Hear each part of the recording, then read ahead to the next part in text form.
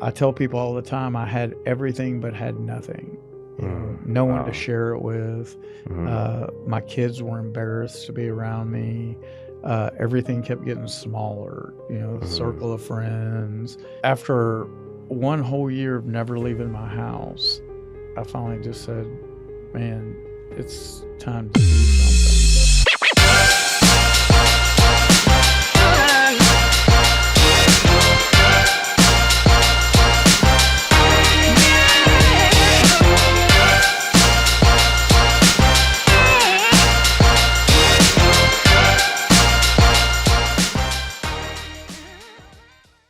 Welcome, guys, to the Journey to Solutions podcast, where we interview people sharing stories of people finding solutions to their obstacles.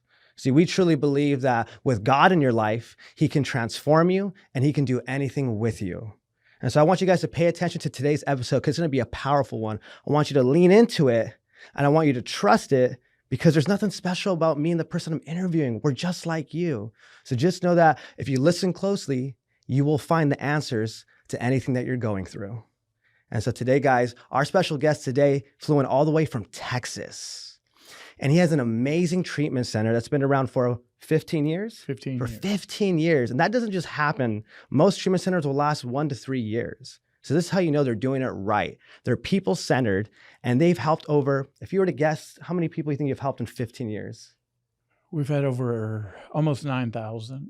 9,000 lives changed. And remember, those 9,000 lives have kids, have loved ones, husband, wives, and a lot of people in their life that get impacted, but also get their loved ones back. And so I want to introduce Shane Leonard? Shane Leonard. So I just want to say thank you for being here today. Man, thank you for having me. It's just an absolute honor, privilege to come out here with you guys. So glad to be here. Yeah, thank you too. I really enjoyed our time yesterday, getting dinner, getting to know each other on a deeper level. And I can tell that you're a people person. You're about the people. And I think when it comes to helping people in addiction, that's what they need. Right when they walk in that door from the moment in detox, they need that love, to love them where they're at and not to judge them where they're at, because that's what they're used to. Right. And so what I want to ask you is, you have this amazing treatment center now. You're helping over 9,000 people, probably more. And I just want to know, what was your life like before all this? Because a lot of people think, oh, maybe he was just born into this. Or, he had a special talent that allowed him to have this. Who was Shane before all this? Yeah, so I'm the grandson of an alcoholic, the son of an alcoholic, the nephew of an alcoholic, and my mother and dad, they did the best they could, with what they knew, but, their very best wasn't all that great at the time, right? And I didn't understand until much later on why that was. So my father was in the military. I was born on an Air Force base in Nebraska, and we traveled around, and they divorced 1976. So now it's me, my brother, sister, living in a single wide trailer home in Shalimar, Florida, and just kind of rudderless. And my mother always had a strong faith. She just wasn't exactly sure where to direct it. So we would try this church and that church and this church and that church. Well, in the meantime, she was a physically stunningly beautiful woman, and she had a lot of suitors, and that was 6 years old. So that's a weird thing when you start seeing other guys come over and stay over that aren't your dad. So automatically I knew I was different than even my kids in, first grade, my friends in first grade. And, it was apparent we were poor, and I thought we were as poor as we were going to be, but it got worse. So as my mother dated along, she kind of narrowed it down to a couple candidates. She was ready to get married and move on with her life as well. And she's originally from here, California. And it was down to 2. So we thought, one gentleman, his name was Phil. He was a doctor, not Dr. Phil, not the Dr. Phil, just All right, a guys. It Dr. wasn't Dr. Phil, guys. Yeah, just a Dr. Phil. Yeah. And another guy who was a salesman of some sort. And I remember Phil taking us out on the bay on his boat. He had done the whole gentleman thing. He was 42. My mother was 36. He had never been married, no children, just a sweet guy altogether. And we get out on his boat. We get in the middle of the bay, drops anchor, gets down on bended knee and cracks open what I thought was a hope diamond. You know, it was this huge, and it really was in a sense. It was hope that we were going to have a better life. Yeah. And she just kind of stone-faced looked at him and said, no. Oh, she said no. And I don't know who cried more, him or me, you know, because it was like. So I'm guessing did you feel really like close to him and like connected with him? I just appreciated the way that he was kind to my mother. Okay. And but he was super nice to us. Yeah. Plus he had a Oldsmobile 98 brand new with electric windows. We'd never had those before. Right. So I was a little kid. So yeah. Probably the coolest thing ever. Oh, yeah. It was awesome. And so I thought it was the other guy, right? Mm-hmm. And lo and behold, about a week later, she comes walking down the road. Now, this is in Shalimar, Florida, in a trailer park. They were dirt roads. And so she comes walking up with this real tall guy in a OD green Air Force uniform. And I'll never forget that guy. He was just a bad guy, and that's who she picked. That's who she married? He came inside, never left, and he was abusive to her. I have a brother that's 5 years older. So, you know, by this time I'm 7, he's 12. You know, seeing that sort of domestic violence, not just seeing it, but feeling it, you know. And would you say that's the first person she was with that was like that violent? Like this was the one that's, yeah. Yeah, my dad was a happy little drunk, you know, and they would get in fights and stuff, but she'd beat him up or throw him in the closet. Yeah, she wasn't afraid of him. And he wasn't violent. Right. You know, it wasn't like that. And of course, that was in the 70s where that was stuff that was primarily swept under the carpet. Yeah. Particularly in the military, you know. So me, my brother and sister, we all knew, you know, we were in for a tough go. And they stayed together. We moved around a little bit. Eventually we moved on to base housing. And man, he was just a mean, bad guy. And so my mother finally got up the courage to leave. We came out to California. How long did she stay with him for until she left? She stayed with him the first time about a year and a half. Okay.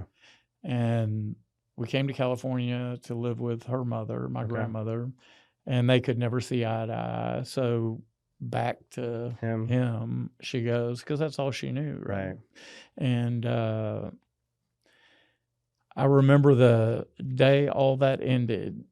He had never touched my sister, and my mother, bless her heart, you know, this guy's 6'4". He'd only been back stateside when they met from Vietnam for about a year. Probably has PTSD and all of it. Yeah. Alcoholism, PTSD, the whole, every bit of it. And you just never knew what you were going to get. And one of the things about him was he was very strict with discipline. So when he got home, he would sit in his recliner, and either me or my brother had to take his boots off.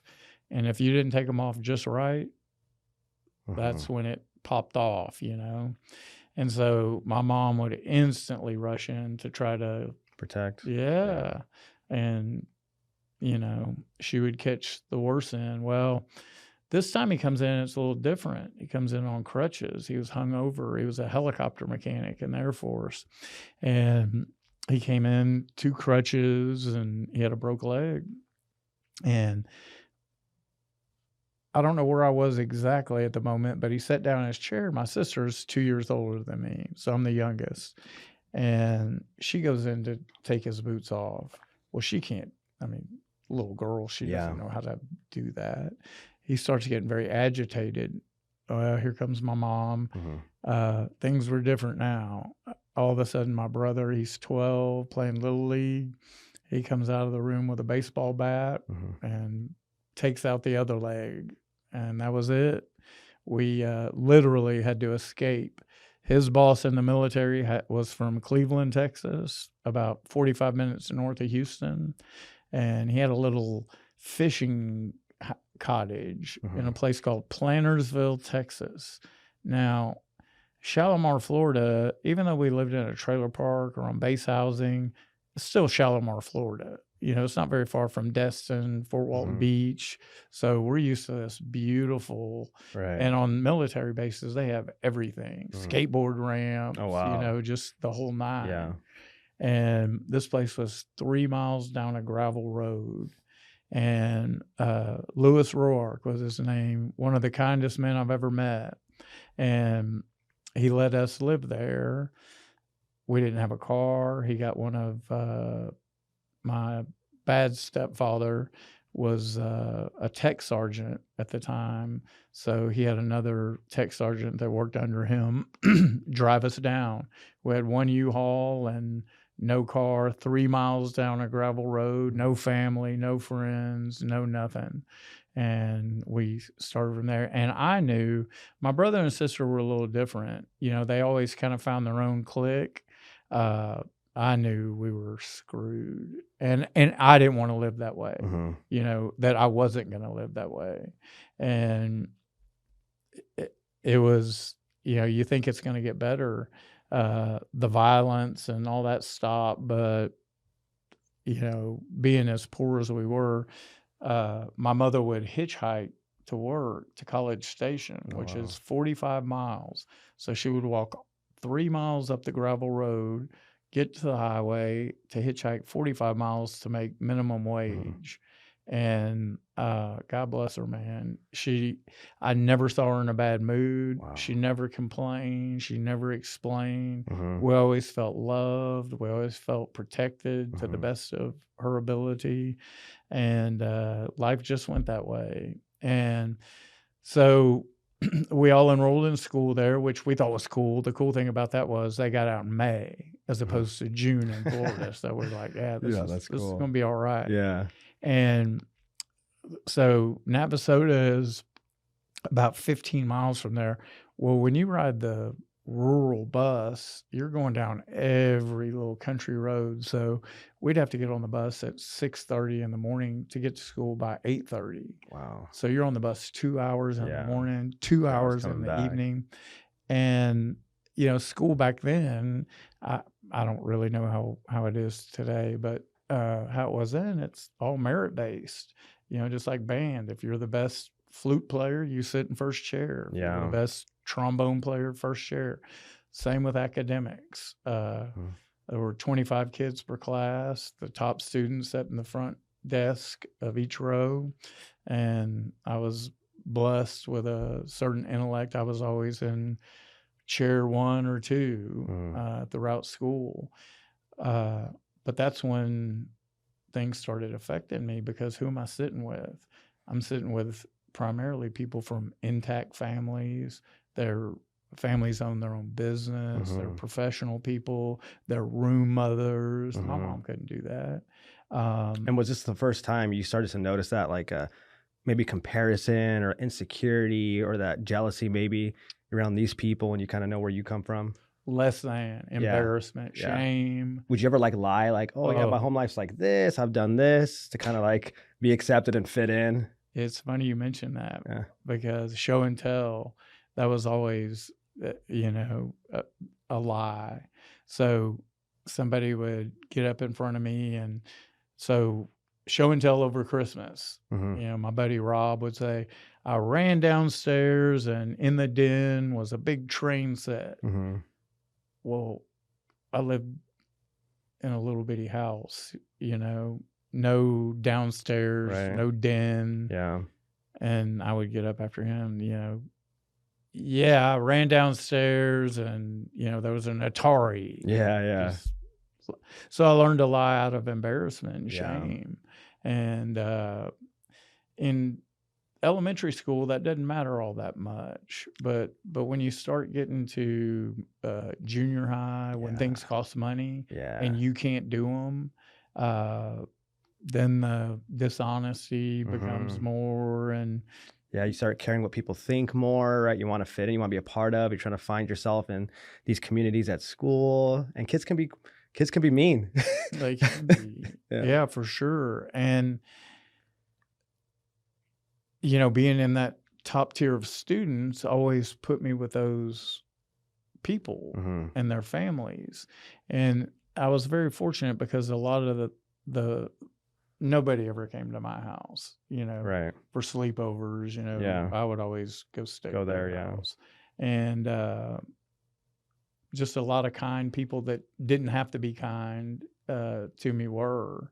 They didn't know my circumstance because I wasn't honest about it. But the first time I stayed in town with a buddy, I said, well, what do I need to bring? He said, well, pajamas. I didn't have any pajamas. We slept in our underwear. Yeah. And so getting to, at a very early age, see what success looked like, what functionality looked like.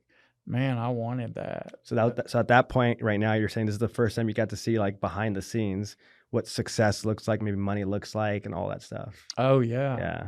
My buddy Rob, his dad owned a big department store there, drove a brand new Cadillac, and they had a live-in maid, intercom system. You could just hit the intercom. Paula, could you bring me a ham sandwich? Yes, Mr. Robbie. And up the stairs she comes. I'm like, that's cool, huh? I want one of those. 2.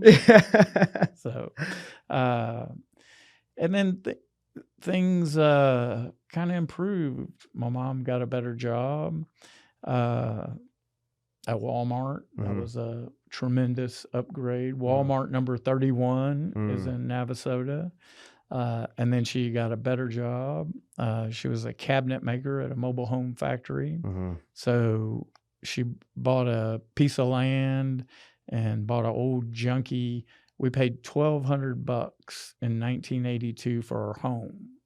Think about that. $1,200 for a home. Can't even pay your rent 1 month in a Right. studio. And so, the things that we take for granted today, like electricity, our neighbors ran an extension cord. We had 2 plugs because we didn't have enough money to get the power pole until she got her income tax. So for 6-8 months, we had 2 plugs. That's it.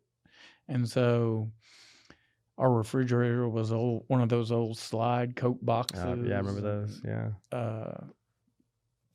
But, again, our family, my mom, brother, sister, myself, there was always a lot of love there. So when we were at home, everything was okay. We were happy. It was just outside of that. Yeah. My brother kind of fell into his crowd, which was the motorheads and guys that smoked a little weed. Yeah. And, my sister was into arts and drama classes, so she fit into her little nerdy niche. Sorry, sis. But I'm with the creme de la creme, and I'm way down here.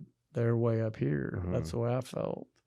And man, that was tough. Do you feel like when you would look at your siblings when you're younger, did you feel like your siblings had it all together? Like, when you're a kid, you look at like they got it figured out, but for some reason, I feel like I don't. I feel different. I feel like, well, I looked at my brother in a way different light. I mean, he to this day, and I'll get emotional talking about it. He's my hero. He always, just like the incident with the stepdad, that wasn't the first time. Yeah. And it wasn't the last either. He always protected me, my mother, my sister. He is today. I could call him right now and he'd be on a plane, to come get me if anything was wrong. Mm-hmm. So he was kind of the man of the house, Yeah. so to speak. And my sister, she read a lot and kind of mercurial. She just kind Mm-hmm. of did her own thing. And just from that standpoint, we were kind of typical family, with the exception of the obvious, there, we never had a washing machine and dryer that worked at the same time. Mm-hmm. Back then you could buy a good working used one for $50. Well, we didn't have $50. Mm-hmm. So every other week we'd drive 15 miles to the washateria and do 2 weeks worth of laundry. Mm-hmm. McDonald's, that was like once a year. Mm. My Uncle Fred would send us each $5 worth of gift certificates for Christmas. And man, that was a big deal. That's like going to Disneyland. Oh, man. Right then I would go to McDonald's. It was huge. Yeah. And so, my brother being 5 years older, that's quite a bit older. Yeah. He wanted out, when he got married when he was 18, started a family. And that was a little too much pressure for him. So he blasted off to Florida to work, and he was kind of intermittent in and out. Then my sister, she moved on, graduated high school, went to college, followed my father's footsteps, went in the military, went in the Air Force.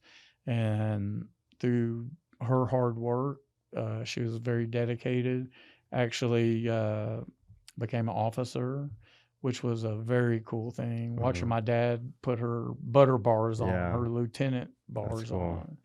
And for me, I fell into a group of guys that their families all own their own companies, and man, that looked good. I was like, this is what I want to do. And what do you think it was about seeing that success in these families with your friends? Like, what was it about that for you, you're like, that's what I want?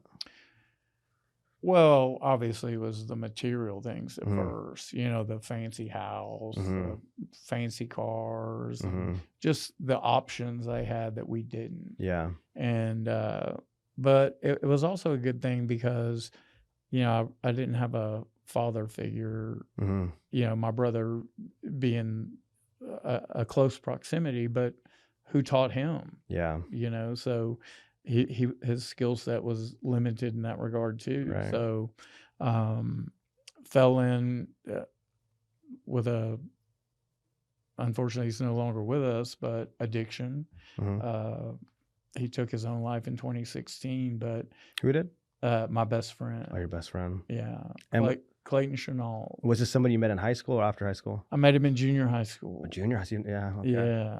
And so his whole family were entrepreneurs. They moved to our little town, opened up a brand new 7-Eleven convenience store. They owned a rock quarry, Dr. Pepper distributorship. Wow. I mean, they were a big deal. Yeah. And so the very first day I met him, we just clicked and started spending a lot of time with him and his family. And I never wanted to go home. My mom would have to say, hey, man, time to go home. Time for you to come home. Would you say that like his dad was maybe like one of your first mentors in a sense, that would father figure, mentor? No question. Yeah. Very ruled with an iron fist, man. It was like being in a gang almost. It was like being in the mob. You had two choices: work, get beat up. Usually both those things were going to happen every day. But I look back on that now, and there was no malice behind it. It was just about, making sure that we were prepared to be men in life and handle our business and get up and go to work. Man, I'm 55 years old. I wake up, I own my own company. I have for 30 years. And I still, because of them, I still feel like I'm late to work every morning. And so those are just lessons, that principled things that I was fortunate enough to be exposed to.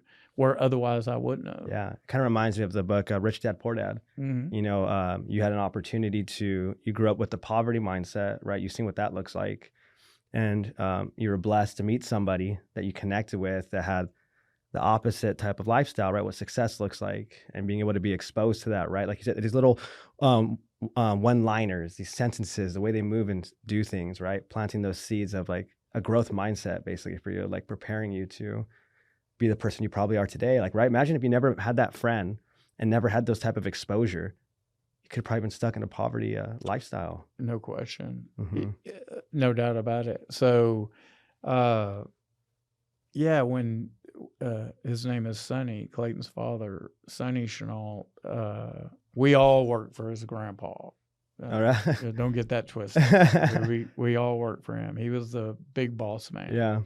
But he lived in Houston, Mm-hmm. and so that's like 90 miles away. Mm-hmm. So, but just the way Sonny carried himself, you know, the way he dressed, the way he was just confident, and just he's not a big man, but he looked like the biggest man in the room. Yeah. Always. He just looked like an important guy.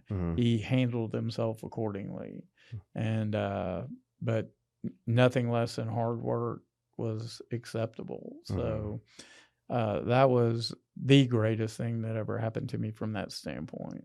And for you, so you've met his parents in middle school, it sounds like, right? So you're exposed to his dad in middle school. And then, so right after high school, did you become successful right after high school? Did you get into business because of that? Or was it like or did it actually take a while for you to kind of kick in? So I took one little detour. I went to Blinn Junior College for 1 semester, right? My mother wanted to move back out here. So it was just me and her. So we didn't, not like today where kids have the option to tell their parents no. We never even thought about that. You know, she didn't particularly care about my input on anything. Yeah. We're going to California. So we moved here in 1989 in Wilmington. So right between Carson and Compton. Yeah. Beautiful area. Yeah, just spectacular, right? You know, a little bit nicer than Malibu. Yeah, right. And man, it just wasn't for me. I just didn't do anything, lazy, didn't want to work, I was homesick, missed my buddies. And after about a year, I went back. And when I went back, Clayton picked me up at the airport, went to work for his grandpa the next day, and just got after it. And a couple years after that, his grandfather fired me.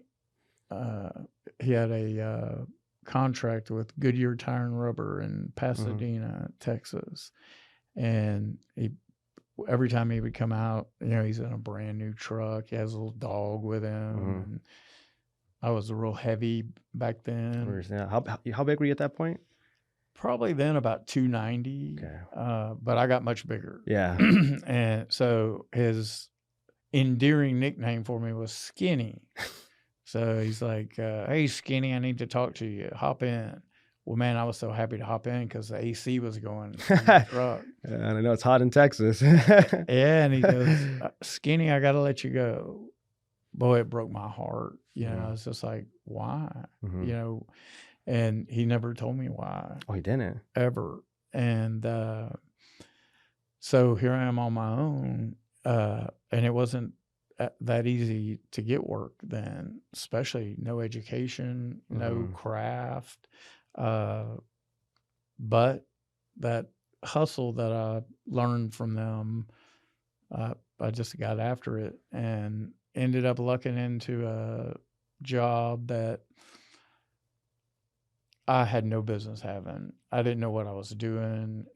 My uncle on my father's side lived here, and he lived in Houston for a while, and he was a pretty prominent engineer there. And he got me a job as an engineering technician. Well, all the guys that I work with were in their 40s, 50s. Yeah. They didn't want to do anything more than 40. Yeah. I worked 7 days a week. I was only making like $7 an hour, but I thought I was rich. Yeah. Pinky rings and all that stuff. And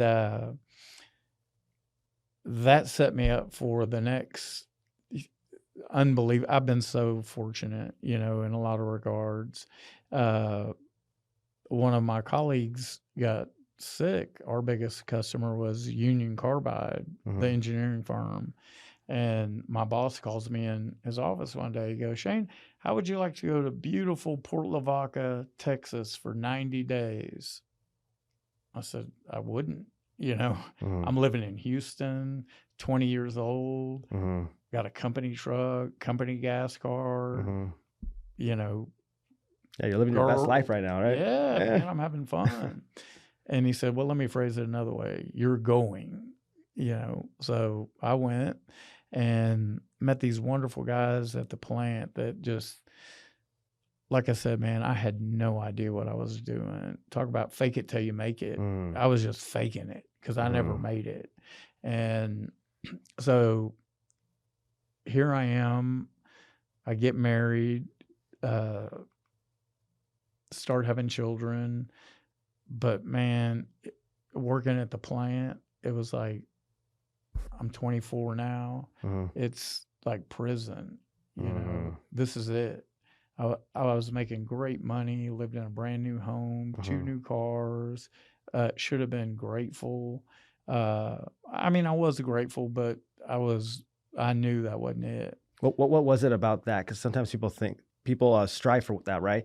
I want the nice house, the car, I'm going to get this job, I'm going to work a lot, I'm going to be great, I'm going to have kids, wife. And a lot of people get that and they're like, why am I depressed? Why am I miserable? What was it about that situation that you're like, this is not what I want though? Yeah, the money's nice, I got these things, but what was it about the way you were getting at that for you? Well, 2 things. There was some fear around that too, because if something happened and I lost that job, all that, I would never get another one like it. So there was that. And then the chemical plants are that's their whole life is that, if it's at work, we're talking about the company, social time, we're talking about the company. And I just didn't want to live like that.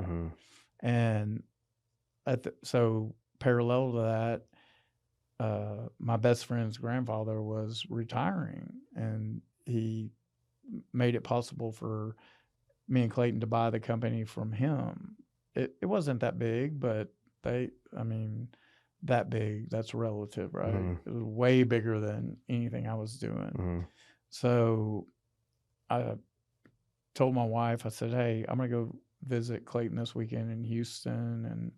And man, when I saw what he was doing, he was his own boss. He had a cell phone in his car. I was like, he goes, man, I'll cut you in 50%. Just move back to Houston, just as a friend. Well, my wife wasn't too crazy about him. So that was a bit of a tough sale, but she agreed and moved to Houston, and we just hit the ground running. I mean, he was a great entrepreneur. I'm not. He'd set him up, I'd knock him down, that kind of thing. And so, but we both drank, and you give a couple 24, 25-year-olds millions of dollars coming through the gates and no education, no controls, nobody can tell us what to do. We're the boss. So that's when things started really going off the rails. So at 25 years old, that's when you started noticing the drinking getting out of hand? Oh, for sure. Yeah. I couldn't drink just one. And my reason was always, well, I have to entertain these customers, because if I don't, someone else will. Oh, because at this point you're building relationships, right? Right. The typical, we're going to wine and dine you, take you out. You know how it is. Gentlemen's club. Yeah. Yeah. And my wife bought that. She was like, she didn't like it, but she semi-understood. But and did you know that, because sometimes we can justify why we do what we do, and sometimes we're aware of it, but also there's times where like I had no idea that I wasn't aware that I probably had a problem. It took me a while to realize, like, I think I'm lying to myself and using this as an excuse so I can drink more. Every lie that I told her was 100% true for me. Mm-hmm. I didn't think that I was being dishonest Mm-hmm. at all. I thought I had to do that. Yeah. Now, in hindsight, they went home at 10. Mm. I didn't get home till 2 or 3, Yeah. you know. So who was I entertaining? Yeah. Self. Me. And, of course, that started a tumultuous time. You know, we started having marital problems, Mhm. but financially things just kept getting better and better Yeah. and better. So I could always point to that, like, hey, we live, Look what we have. yeah, Yeah. and it doesn't just fall out of the sky, right? Mhm. And her father was a Baptist minister. Well, I was raised Catholic, Mm. so those two Of worlds don't. course. Yeah. Clash. No acceptable drinking. You can't have Yeah. a beer and watch a football game. Yeah. So I'd have to do it, you know, off site on the Mhm. weekends, family time, Mhm. Monday, drink time. Yeah. And as alcoholism does, it progresses. And she didn't sign up for that. And she gave me an ultimatum. She said, go to treatment, or I've already got the papers drawn up for divorce.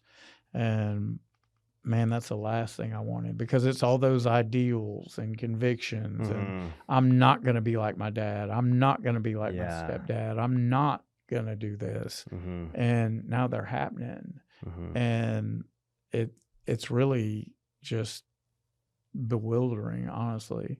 So I get to treatment, a great treatment center, the oldest one in Texas, At this point, like, how old are you when you go to treatment at this time? 34. Okay, so 25, the drinking's getting bad, so that's a good.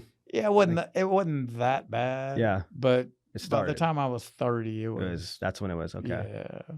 And I had enough money where I could, you know, if I got kicked out of the house or kicked myself Yeah, I know out, what you mean. I'll get a you double know, room or something. go get rent an apartment or There you go go. stay on a boat, Yeah. you know. And so that was not a good thing. Mhm. When you're sick and have too many options, that's no good. Yeah, that's what I tell people. It's like I respect people who are in their addiction and money's not an issue for them. It's not like some people like, well, I got no money, so that's why I had to check myself into treatment. I couldn't get none. But what happens, like someone like you, like, where no, you do have the money. How do you choose to stop when you can you basically have an opportunity to get out of any situation? Whatever, I'll go here, I'll go there, and I'll be fine. I'll just do this and do that. Yeah, so I get to treatment. Couldn't tell you anything about it. You know, I knew where the cafeteria was. I knew where the horseshoe pit was, the vending machines, where the women hung out, Right? you Yeah. know. And because I thought, you know what? She's right. I'm just not going to drink, you know. Mhm. No big deal, right? I'm just going to stop. Yeah. That lasted 48 hours after I left treatment. So I got drunk again. And she's a woman of her word. And Oh, so she left? Yeah. oh, I left. Oh, you did? Because again, man, I never expected that to happen to me. Right. Because I was pretty much a straight arrow, you know. She wouldn't have married me otherwise. And I was literally, man, I thought I was going to die. And it wasn't about the drinking. I was just like catatonic. I couldn't function because everything that how I saw my life going and how it was going, with exception of this little double life, you know, everything was going great. And so I just got my clothes, got in my car and left, you know. I didn't even go to court, you know, for the divorce, gave her everything. I just felt less than zero at that point in time. And so Clayton, being the friend that he was, we had expanded. We had offices all over the country, and we had a office in Dallas, which that appealed to me because it was close enough I could see my kids. And he said, man, come up here. It'll do you some good. Just change the scenery and everything will be all right. Well, he was right to a degree, except for the fact that I had zero accountability. I didn't have to be home. No one was counting my drinks. And that's when You really can get out of control. it really got out of control. Sometimes we don't realize having kids, the wife, doing things without us even knowing it, that's kind of keeping us in check. We don't realize, like, that's kind of like the bumpers on a bowling lane for us as alcoholics. We don't know that until it's gone, and you realize, like, what happens when that's not there? Yeah. I mean, no accountability for me is no good. And so now I felt like I'm ready to move back to Houston and move back. Met a lady, and we had this dream. She pretended to be a good stepmom. I pretended to be nice to her. It was just all a facade, which didn't end well. And that's when my drinking just, now I'm actually wealthy, not making a lot of money, actually wealthy. And I tell people all the time, I had everything but had nothing. No one to share it with. My kids were embarrassed to be around me. Everything kept getting smaller, circle of friends. I was just pitiful. I was never a mean drunk. I was never anything like that. Just sad. It was just sad to see a guy who otherwise is very upbeat, very positive, just be shrunken into this helpless, hopeless human. And so I tried treatment again. That didn't work out. I found some reason to leave. They weren't doing something right. Right. It was always the food, the way they look, the way they treat me, the way, places are dumb. Yeah. It's Memorial Hermann. It's the biggest hospital system in Houston. I mean, the place is fabulous. Right. And so that didn't work. And so I just leaned into the drinking. I was like, it is what it is. What do you think it was for you, if now, like, what do you think made it so difficult for you to stop? Man, there was a bottom for sure. You could feel it. The finances were starting to go, and I was making terrible decisions with money and everything else. But I knew that as my health got worse, that I was going to die. I never actively thought about killing myself, but boy, there were many nights that I went to bed and just prayed I didn't wake up, because I didn't want to leave that sad legacy for my kids. They were always my reason why, and after one whole year of never leaving my house, I finally just said, man, it's time to do something. 39, kids are, my oldest was about to go to college, and it's time to man up, time to address this head on. So I went for my usual go-to, fancy treatment center, get me a suite, maybe have some room service. Right. And,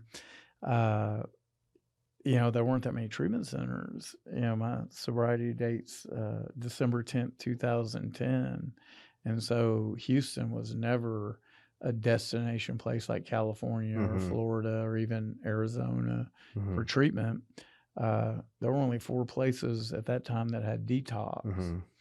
Well, the 3 that I would have gone to were full. The other one I never even heard of. It was this place in Dickinson, Texas, and it was just awful. Just the facilities, just non-compliant, just terrible, most beautiful place that Mm. saved my life because they knew exactly what I needed. They didn't care who I thought I was. Mhm. They didn't care about money. They didn't care about anything.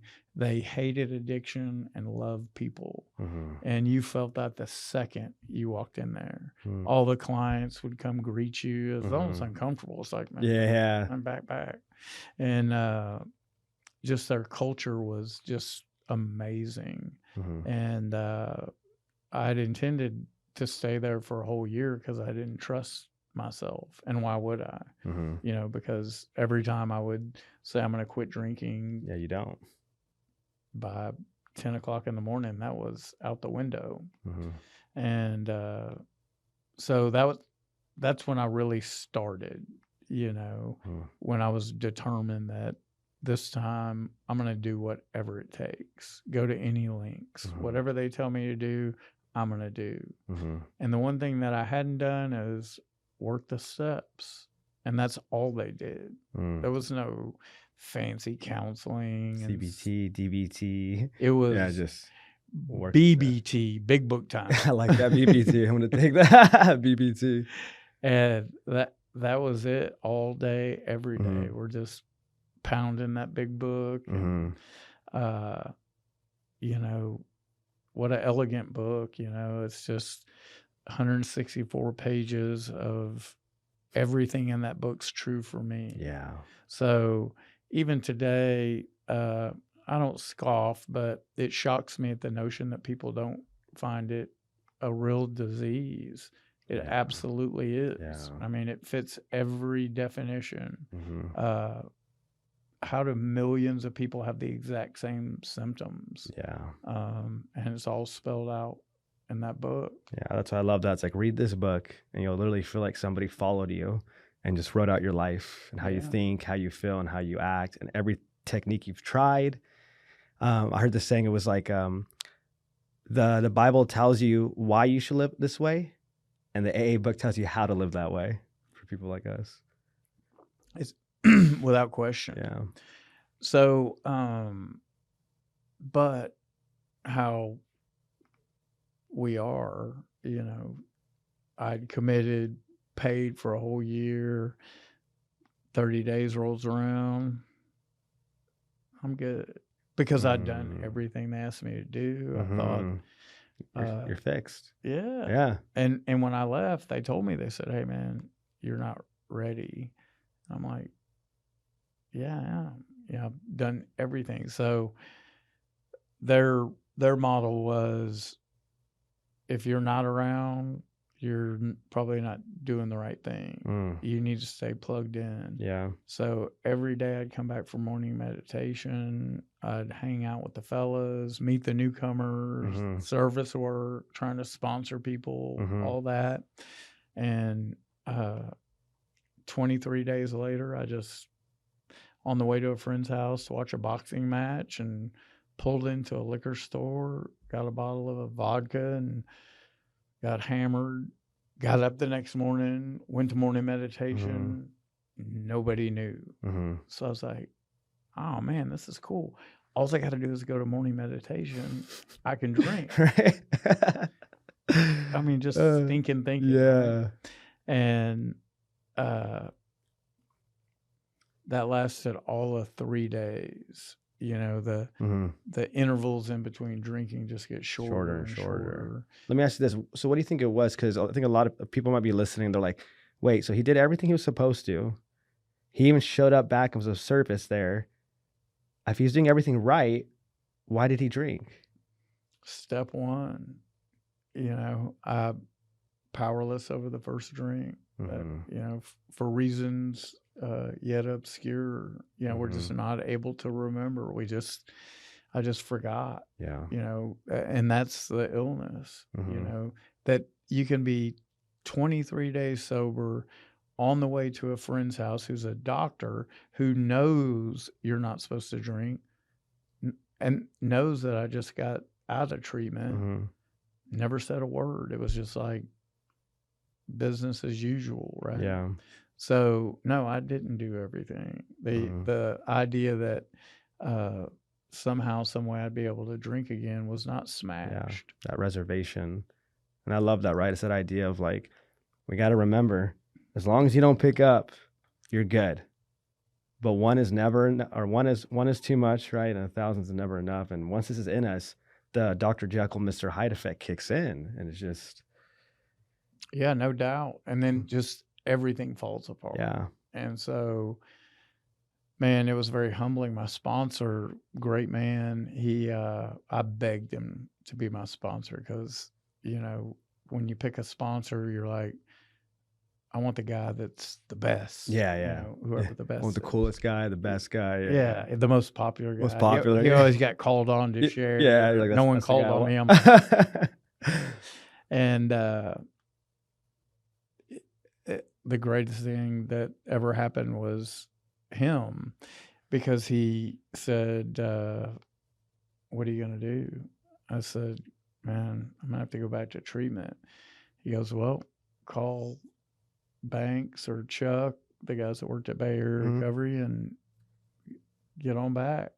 And I said, I'm not going back there. I was too embarrassed, you Mhm. know. Even in 3 days, I had just ripped through that place like a tornado, you know, just lied about people, said they were drinking, not Yeah, me. yeah, right.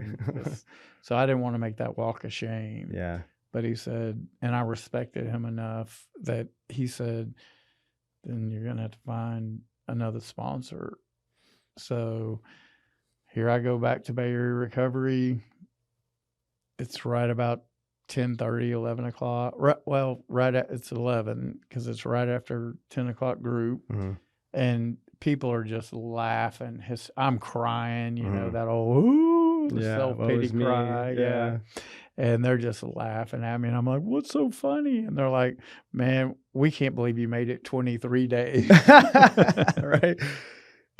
And so at that point, I just shut up, you know, which is hard for me. But Mhm. I was just quiet, you know, Mhm. just, man, I don't know anything. I got real dumb, you know, just quit Mhm. thinking about things, just followed clear-cut direction. Mhm. And I was watching all these other guys have these big spiritual, you know, Awakenings. Yeah. God yeah, spoke to me and the sky turned blue and I felt and they're this. crying, Yeah. and wailing, and you know, all that stuff. And it just wasn't that way for me. It was Mhm. just gradually, and it wasn't the big stuff because I had plenty of that. Mhm. It was the little nuggets, you know, that they would, and they didn't mind. They knew exactly who I was. Mhm. They knew, you know, they'd go around the room and they'd point, and every single time they'd point at me, you know, they'd look at this guy, liar, dope fiend, egomaniac, point right at You're the me. ego man. And so they were just giving me exactly what I needed. Yeah. And I wasn't going anywhere. Mhm. So I was up to the task of taking that abuse, because ordinarily I wouldn't, you Mhm. know. I would just say, hey, man, I'm out of here. You know, Mhm. that just belligerent denial and egomaniac, you Yeah. know, just like, hey, man, I'll buy this place and call it You Don't Work Here Anymore. You That's- know, just Yeah. Talk about, you needed to have radical humility. absolutely. Right. Yeah. And they gave it to me. Yeah. Every single day. So I'll never forget one quick story. The owner of the place, just an amazing guy. He always knew how to sucker me in, and he would mispronounce people's names on purpose. You know, he called me Sean. Hey, Sean. I'm like, it's Shane. Yeah, Sean, come on. He said, hey, you're that rich guy over at House 3, right? I said, well, I don't know about that, but I am at House 3. Yeah. He said, no. You drive that, what is that, a Beamer? I said, yes, sir. I said, it's a BMW. He goes, is it here? I said, yeah. Well, of course it's there. Nobody else had cars, you know, so they're riding with me. And, Yeah. I'm parked next to his truck, and boy, he's just baiting me the whole time. Like, man, that sure is. Where'd you get those wheels? And then I kick into the whole explanation, Mhm. over explain. Oh, these are this kind of wheel and I bought them here and I paid this much for it, all that Mhm. stuff. And he goes, yeah, that's pretty nice. So we're standing there looking at the car and he looks at me and he goes, too bad you're going to drink that up too.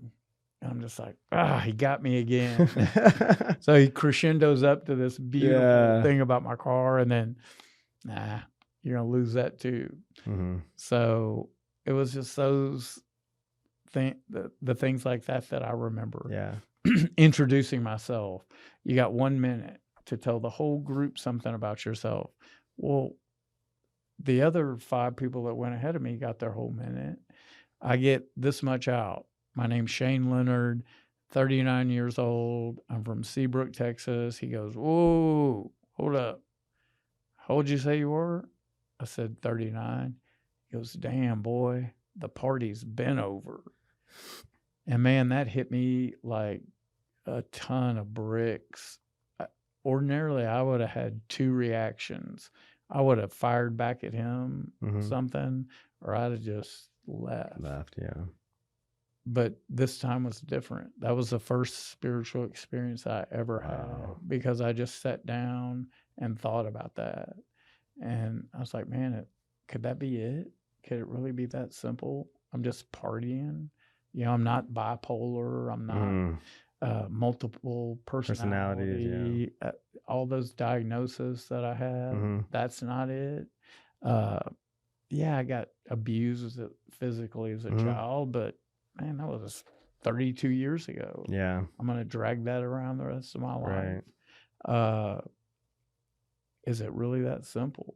And for me, people do suffer from co-occurring things, but not me. My problem was I love vodka, plain and simple. That's my diagnosis. And so that's when the miracle happened for me, and still planning on staying there a year. They said, hey, man, time for you to go. I'm like, what did I do wrong now? I'm not doing anything. I'm just sitting here. He goes, no, you're ready. And I know now why they knew I was going to drink again and how they knew I was ready. What was the difference? Oh, just everything. Just the way I talked, the way I carried myself. More importantly, the way I didn't talk.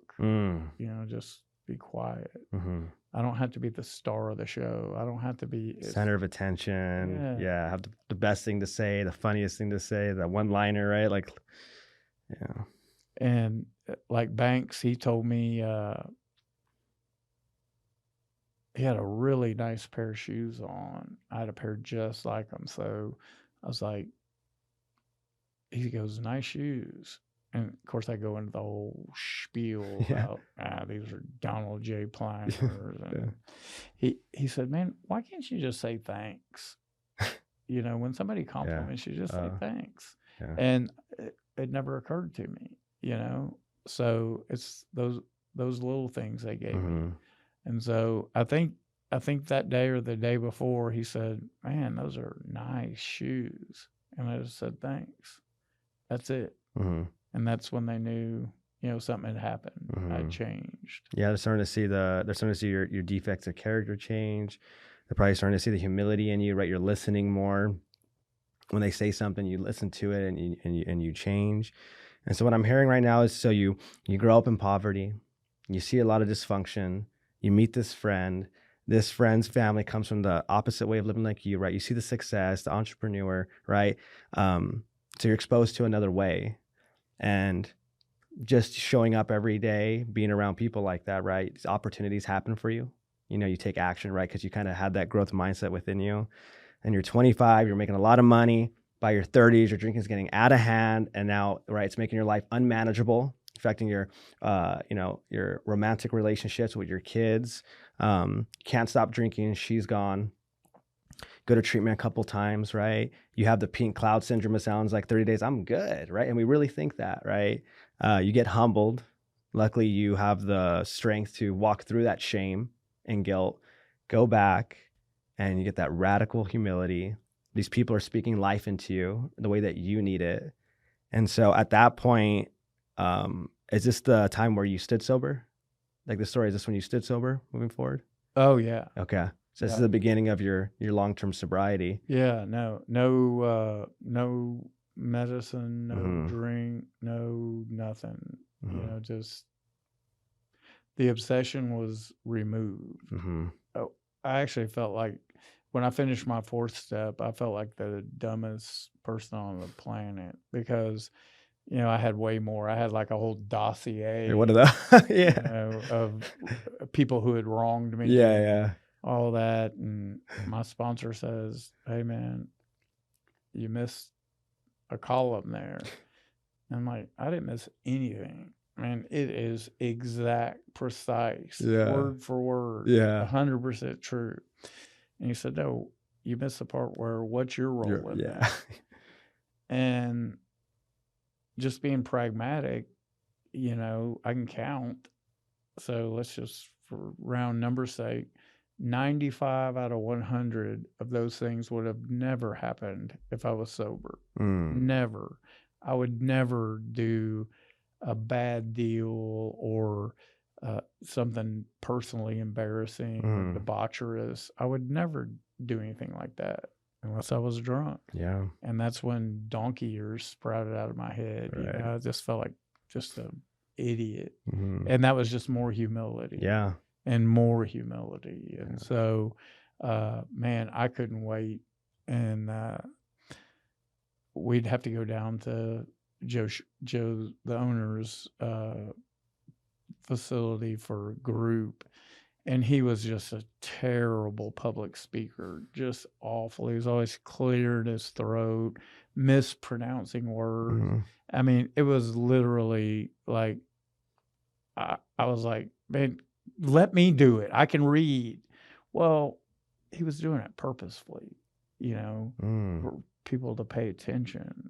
And I saw the genius in that after the fact. Yeah. Once that miracle happened for me, man, I was hanging on every word he mispronounced. I couldn't get enough of his groups. Just, I'm on the edge of the seat. And so he did this group on page 84 and 85, and it's right before you're going to do your fifth step. And he's a big guy, big muscled up guy. And he was walking around the room and he said, when you guys do your fifth step, we all have that one secret, that we're going to carry to the grave with us. That one that we're not going to tell anyone. We're not going to tell God, our best friend, our wife, nobody. That one's going to the grave with us. And he goes, as a matter of fact, I know it's the one you're thinking about right now. And he clapped his hands real loud, like 100 times louder than I did. He happened to be standing right behind me. And that was number 2, because that secret popped right into my head as soon as he said that. So I couldn't wait to get my fifth step done and just keep on moving. And so I was on fire, man. Just like it wasn't pink clouding. It was like, you're about it. It's about action now. Yeah. Now I finally found my purpose. This is where I belong. Whereas before, when I get sentenced to an AA meeting through my divorce counselor, as I called him, I'm like, man, has anyone ever stayed married that's come to you for marriage counseling? Because my deal's not going to. And we'd have an assignment, her assignment would be put up with me. My assignment would be go to an AA meeting. I'd go to an AA meeting and I'd see nothing but difference. Oh yeah, I don't belong here. I'm just here because I have to be here. I've never been to jail. Yeah. Never been unemployed. Yeah. Never moved weight. Didn't even know what it meant. Yeah. These guys are a bunch of losers, and now they're the winners. They're all your best friends now. That's family. where I belong. And I love that right there. How you're getting all these nuggets and learning stuff like that, right? There's a saying, right? Your secrets make you sicker. It's like that one thing you don't want to talk about. It's gonna be the one thing that takes you out, and just learning how to get that out in a safe space with somebody. And I love how God is speaking to you through all these different ways, humbling you and helping you grow, right, and learn from these people. And it's pretty cool. It sounds like you went from I have to do this to I want to do this, right? And you said that real powerful word, purpose. Purpose for you. Do you feel like when you walked into your purpose, do you feel like when you started into action, was that a big reason why you wanted to start a treatment center? Because you were purpose driven at this point. You're like, I want to help people. All I really wanted was to be a bigger part of Bay Area. But there's state rules around that. Like you have to be discharged from a program for 2 years before you can have a business. They can't hire you, which is stupid because In that industry, that's what it was. Okay, in the state in the state, yeah. Texas, that's one of the rules. And they didn't tell me that, but they didn't have to. What do they owe me? You know? So I went up to him and I said, "Hey man," I said, "you guys have something super special. I want to, donate some money and spruce the place up." And no offense, I was really delicate in the approach because I felt like their program was like nothing I'd ever seen before. Just the way their deft touch, and I didn't see a licensed counselor the whole time I was there. I saw a nurse once. Their medical director was a child psychiatrist. They couldn't find him. So I'm having seizures now, grand mal seizures. Tell me that, yeah. And they put me in the car and took me into Dickinson to his office. And I'm laying it's a child psychiatrist. I'm laying on this little kiddie couch, just all in a ball. And to this day, I have no idea what he gave me. They finally found him. He puts a pill in my mouth. I assume it was Valium or something like that. And that's it. There was my detox, And so it was very bare bones stuff, but super effective. But that was my 4th time in treatment. I'd been beaten up enough. When people come in the first time, some of those things matter. They do. Like you said, when you first go into detox, that's the most important moment you have with someone. Like as soon as they walk through that door, that's the moment we're either going to win them or we're going to lose them. And so when they see things like that, unfortunately, it's like, well, yeah, but that was my first time. I'm broken. I'm scared, full of anxiety, coming down. If I see it not looking safe, I'm like, I'm out. So they declined my generous offer. And I hadn't worked all 12 steps yet. So although that miracle had already happened about the obsession had been removed, I still had work to do.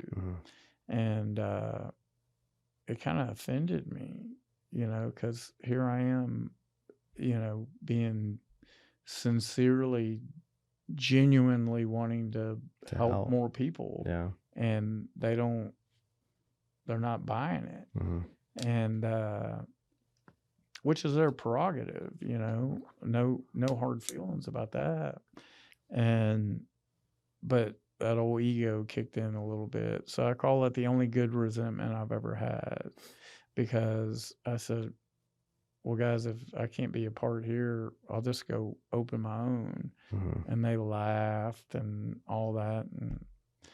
And, humbly, I just said, okay, here we go. So got right to work. So I got sober in December. We incorporated in February of 2010. We opened May 25th, 2010. So I was 6 months sober. Wow. Owned a treatment center. 6 months sober. Boy, they sure make it look easy when you're in treatment. That's facts. Because it's not. But, man, purpose, passion, people can do anything.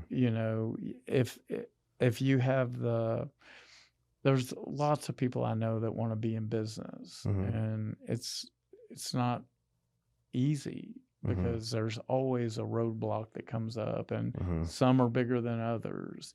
And in the state of Texas, it's the barriers to entry are very high. Mhm. You have to already secure a facility. Mhm. All the fire marshal stuff has to be done. It has to be furnished. It has to be, of course, licensed, Mhm. staffed, not Mhm. 100%, but you have to have phones, computers, Yeah, all that supplies, stuff. food, as if a client were coming in that day. Right. And so it's a lot of money, Mhm. no matter how you crack it, which is good. It keeps the unsavory characters, kind of out of that space, Mhm. but we couldn't give it away, man. I mean, like, literally the milk was going bad in the fridge and nobody's coming in. Well, why would they? You got a guy with 6 months sober opening a treatment center, and you go have all these talks with community leaders and whatnot, and they tell you oh, that's great, man. Great. There's a huge need in this area. Mhm. But you call them and say, hey, can you send me a client? And they're like, well, we only send like 2 a year, so uh, ignorance is bliss. So Mhm. I finally just went directly to the state and said, hey, just like I got sober, how do you do it right? How do you do it successfully? And uh, they were kind enough to give us the game plan, and we Mhm. just followed it, and we've been doing that for 15 So it years. sounds like it worked. And so I love this, right? Because as we get to like the end of the episode, people can get to see, right? Like what I hear from it is just expose yourself around the right people to show you things that maybe you would want, and just follow that blueprint. Ask questions, right? Questions lead to answers. There's no such thing as a dumb question, I believe. You know what I mean? It sounds like you're exposed to different types of people. You're asking questions. You're taking action. And there was a roadblock when it comes to the addiction, but you kind of applied that same principle, right? Okay, you have what I want. I'm going to shut up and listen to you. I'm just going to do what you tell me, and look what ends up happening. And that mindset, carried you through this whole experience of life. And I mean, you have a big treatment center, and that's not easy. 15 years. What do you think for you? What are you doing? So someone's like, well, I have a treatment center. Like, man, how'd you stay open that long? It seems so difficult. I've tried, I failed. What is it that you're doing with your team that you're able to sustain a treatment center this long and continue to grow? We put our clients first. Mm-hmm. Couple things. First of all, it's not me. I just play my position. Mm-hmm. We have 125 employees, Wow. and I know I hired all of them, but I have no idea where most of them came from. Mm-hmm. Like Corey and Kelly, Mm-hmm. and it's just they're God sent, Yeah. and that. Now, not everyone there is in recovery. Mm-hmm. Our doctor's Of not. course. Our CFO isn't. Mm-hmm. Not a good idea. Mm-hmm. For one of us to be counting out pills. Mm-hmm. Valium, Suboxone, 2 for you. And so we have normal people that work there, and it's Mm-hmm. just the perfect balance. But it's them, and really and truly, it's the direct care staff. They're the tip of the sword. Yeah. We call them recovery advocates. Yeah. Most people call them behavioral healthcare techs, Yeah. but they spend the most time with the Mm-hmm. clients, and it's those people. Yeah, they're in the trenches with them. They're with them more than anybody, and they're the winners. Yeah.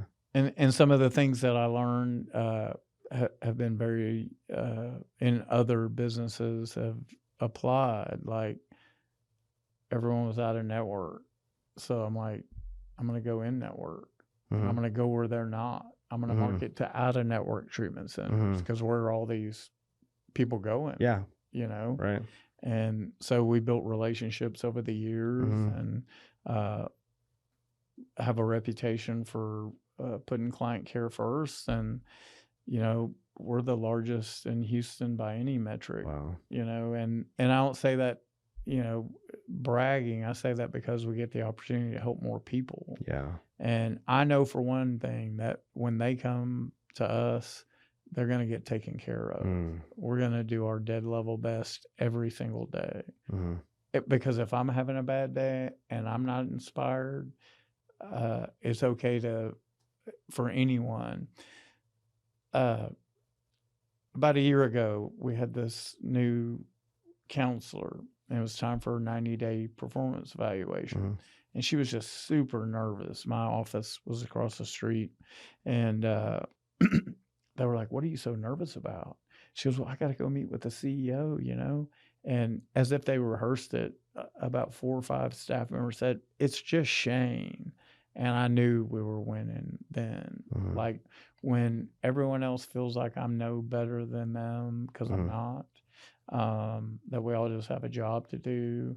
We all have our certain talents, certain things, but it's the people that work there that make it special, for sure. And I think that's so important, because I've worked for a lot of different companies, big ones, small ones, in my 8 years of my recovery, different places. And it really does come down to, like, whoever owns the company, that personality, their values, who they are, that's what's going to create the culture regardless. And you have the ones that are, that's the owner. I didn't even know that. He's super cool. He was with us hanging out, laughing. Like, I would have no idea.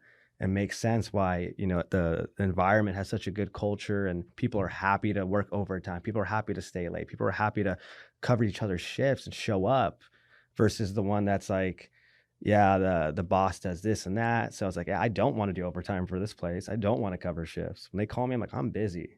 And you see that trickle down. Yeah, they know, because they've seen it over 15 years. Yeah. That I would never ask them to do anything I won't do myself. Yeah. And so we're all in it together for the same reason, and it keeps working. So I love that. And so for this final part, we have our 4 speed questions. And the first question is going to be, what are 3 books that you would recommend for somebody that would help them be able to transform their life? Bible's first, big book second, and a book called A New Pair of Glasses. I heard about that by one. Chuck C. Yeah. And it talks about defects of character. People focus on that too much, man. It's your assets of character that are gonna not only keep you sober, but allow you to help others. Right. So almost every person I know, unless they're a complete sociopath, the good outweighs the bad. And so we just have to accentuate the good and work on the bad. I still have plenty of things that I'm by no means a finished product. I'm still seeking. I'm still trying to learn. I'm still coachable. I'm still teachable. And I remain that way. And that's because that old cliche, God willing, but now it's Shane willing. God's always willing. Yeah. God's always there. All I got to do is ask. Yeah. Just humble myself, get on my knees, and His will is done, not mine. His will is always better than ours. Oh, man. Yeah. For sure. And then my second question for you is, what is the worst piece of advice someone's ever given you? Wow. The worst piece of advice anyone's ever given me. Well, first of all, advice is only good if you're giving it. It's not, everyone likes to give advice. Yeah. We don't. We give Suggestions. Yeah. Solutions. Yeah. Because you're going to do what you want to do anyway. Yeah. And the worst advice is, hey, man, let's just go have a drink and it'll be okay. It's not that bad. And, that's a good one. You'll be all right. She's got the problem, not you. Yeah. She needs to ease up a little bit. So, yeah, that'd be the worst. I love that. I always say that's one we got to be so careful of as addicts, to stay away from that. Misery loves company. Yes, they do. And then the third one is, what is one mindset shift that completely changed the trajectory of your life? Well, everything, the way I view people, the way I view myself. Mm-hmm. Uh, I know what I don't know. I know what I'm not good at. I stay away from those things. I know that this everything is going to keep on going with or without me. Mm-hmm. So I better find a way to plug in. Mm-hmm. If I want to stick around and see my grandchildren get married, and then I better find a way to plug in, I love because that. it's happening whether I'm here or not. Yeah. It's not about me. I'm very insignificant in the grand scheme of things. Yeah, I love that. And then our final one, for somebody that's listening today, if they're sitting here in front of you and they feel stuck in life, right? They feel stuck, like I can't get out of this. What is one thing you would share with them that could transform their life? Like one piece of wisdom that you want to give them? Well, the first thing I do is hear them out. Mm. People miss that part all the Yeah. time. If it's important enough for somebody to need to speak with me, then I better take the time to listen, because that's real to them. Yeah. You start marginalizing how people feel, and you're playing God, in my opinion. So the biggest piece of advice that I would give, or suggestion I would give anyone, would be, whatever you're going through, find somebody that's gone through it, maybe even worse than you, and has recovered, and do what they do. Do exactly what they did to. And that's why we don't just treat addiction. We treat other things, because it's not easy, but it's very simple. Just if you're clinically depressed, I have a good friend that suffers from that, and he would come up and do group with me. He didn't belong there, or so he thought, at first. And it was just like that simple, man. I was like, find somebody that's had just as bad of depression as you and has overcome it, and do what they did. Simple modeling. And surrender. The surrender is a big one. Yeah, that's a big one. Just quit fighting it.